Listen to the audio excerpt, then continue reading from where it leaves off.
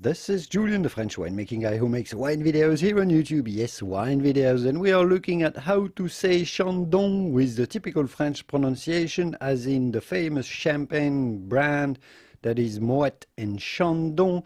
But Moet and Chandon, or the group, also has wineries that are simply called Chandon in Argentina, in California, I believe, as well as in Australia. So how do you go about saying this with the typical pronunciation? Well, do not say Chandon. Do not insist on the final N on that much. Do not say Chandon, but rather Chandon. Chandon. Chandon. As Chandon Winery or Bodega Chandon.